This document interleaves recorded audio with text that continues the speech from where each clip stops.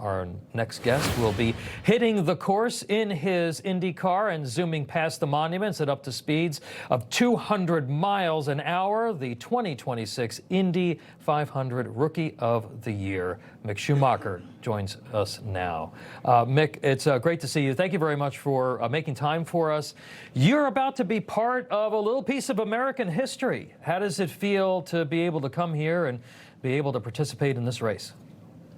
Yeah, hello everybody. It's obviously incredible to be part of this. It's this one incredible chance that we get to race here, and I know everybody in the team and everybody in IndyCar is so excited to be out here and go racing and put on a show. Mick, the race, as you know, passes by several iconic D.C. structures, and it circles the National Mall for 147 laps. What challenges does this specific course pose to you and your fellow racers this weekend? Yeah, I mean, it's obviously pretty tight in places, but also very wide. So this changes things. Obviously, when you have those drastic differences from time to time, that can pose some good fights, good battles, but definitely some tricky conditions with it. Obviously, 147 laps is a lot, and I'm sure that it'll test our skills, our talents, but also our conditioning. So, yeah, I'm very excited for it. It's going to be super fun, and hopefully, we'll be able to mix up the field up front. I can't imagine what this is like, because it's not a course anybody has ever run before. How important are the trials today to getting a feel for the environment and what you're going to face in the race tomorrow?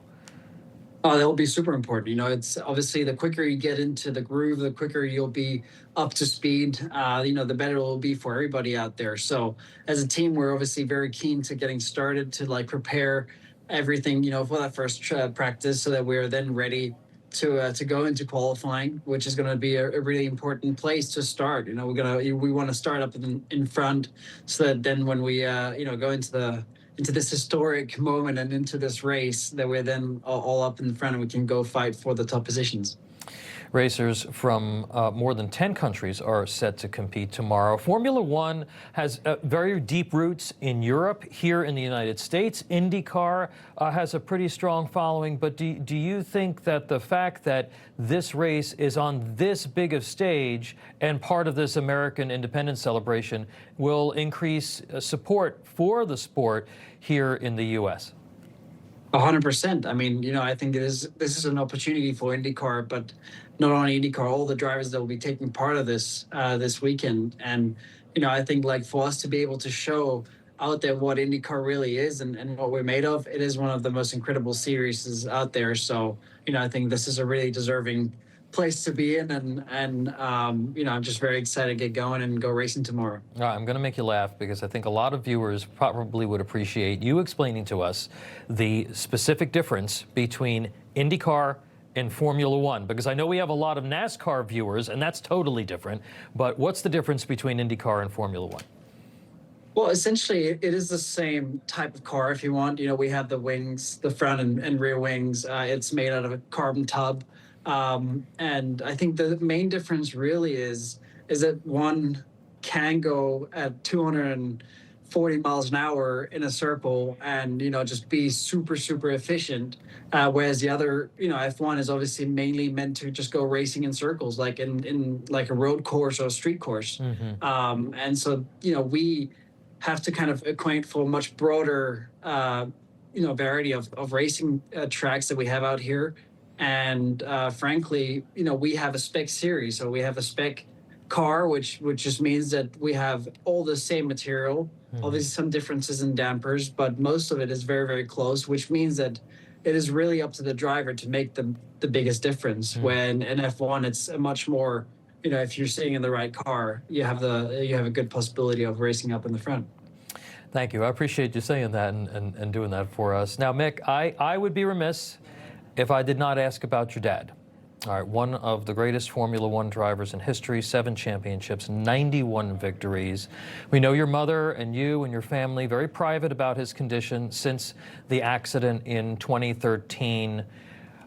What is it about him, though?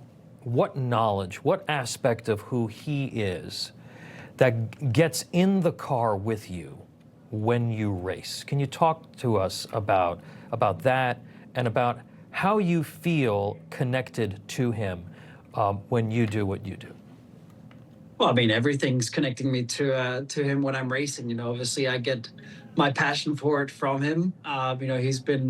He's been on my way for so many years. He put me in a go-kart when I was 2.5 years old, and really just let me grow into my own personality when I was racing. And that's kind of what brought me to this point. And I'm racing myself now at the highest level in motorsport, which is amazing. And I got so much experience in different categories, and I got to drive his cars that like he's done, so well in victories and whatnot. And so it's just, yeah, obviously a super special thing to always be able to remind myself that he's my dad and that he's the greatest of all time, and he will always be.